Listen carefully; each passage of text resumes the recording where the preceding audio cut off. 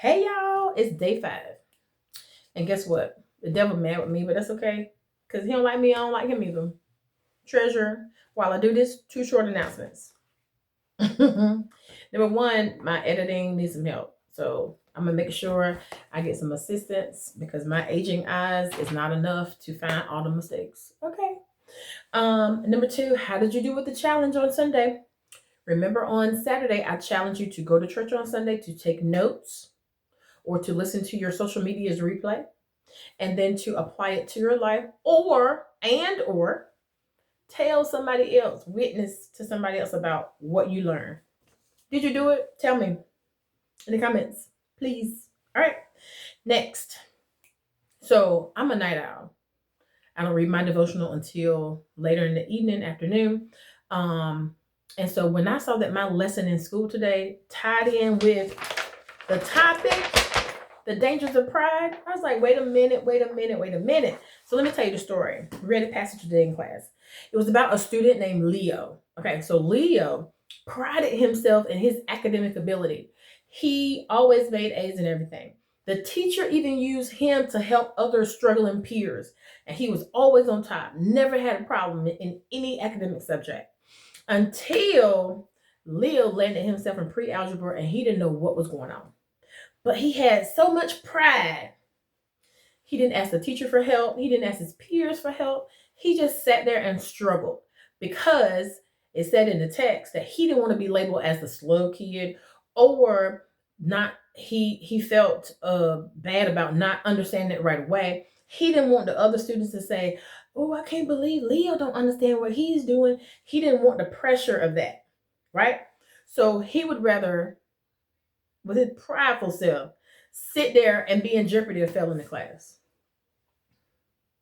Hey, Leo. Okay. So, dangers of pride. I'm going to read the scripture. Here we go. Proverbs 16:18. Pride goes before destruction, a haughty spirit before a fall. And then James 4:6 reads, God opposes the proud, but gives grace to the humble. Okay. So it also talks about in the passage that my Aunt Hattie, she passed this mantle on to me for the family to stay out of pride and to walk in humility. So in my family, in the Hargett family, why am I quoting?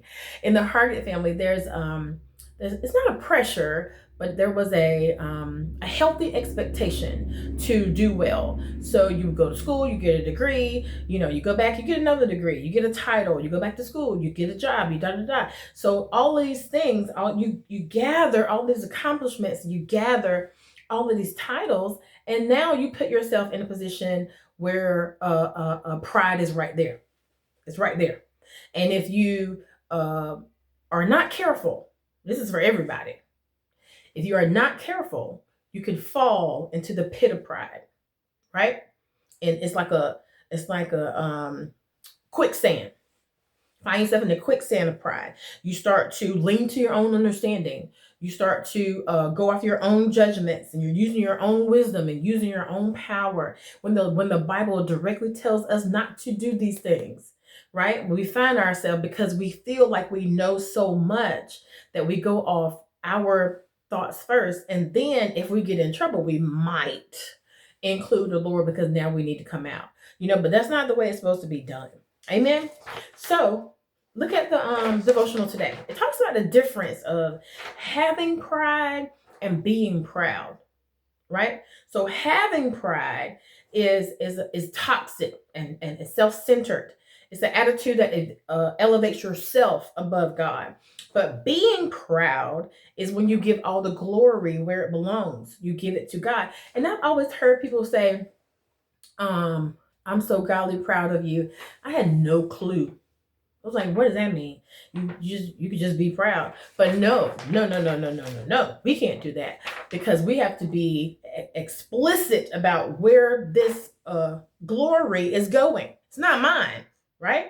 So when people would say, oh, you did a good job today, or whatever it is, I would say, because I was trained to say, to God be the glory. And then people are like, why you can't just say thank you? Why you gotta be so deep? I'm not deep. I didn't do it by myself. Why am I only one taking credit? Right? It's just like if you have a group activity at work and y'all all work together, and then somebody come and say, "Oh, you did a good job," and you say, "Thank you." You didn't do that by yourself. You didn't do that by yourself. And it's okay to include other people. The collaboration, the partnership. You can't do this thing by yourself. So whenever you get up and talk, you making decisions, you're doing whatever in your life, he is the one who gets the glory, not you. Okay? Okay? Okay. So do not rely on your own wisdom. Do not. Cast all your cares on him. He cares for you. Trust in the Lord with all your heart. Lean not to your own understanding, but in all your ways, all your ways, acknowledge him, and he will direct your path. He's going to do the heavy lifting. All we have to do is follow in his holy way. Simple. And if you're doing more than that, you're doing too much. Okay, I got to go. Reflections, real quick. Do I frequently turn conversations back to myself and my accomplishments and my opinions? Do I interrupt others because I feel my input is more important? Do I feel overlooked or bitter when my work is not recognized or praised? Do I secretly enjoy when my competitor or rival fails? Is it difficult for me to admit I need help or to confess my mistakes? Answer those questions and then pray. Lord, help me.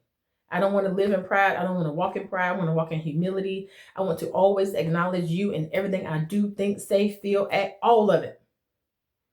All of it. I got to go. I love y'all.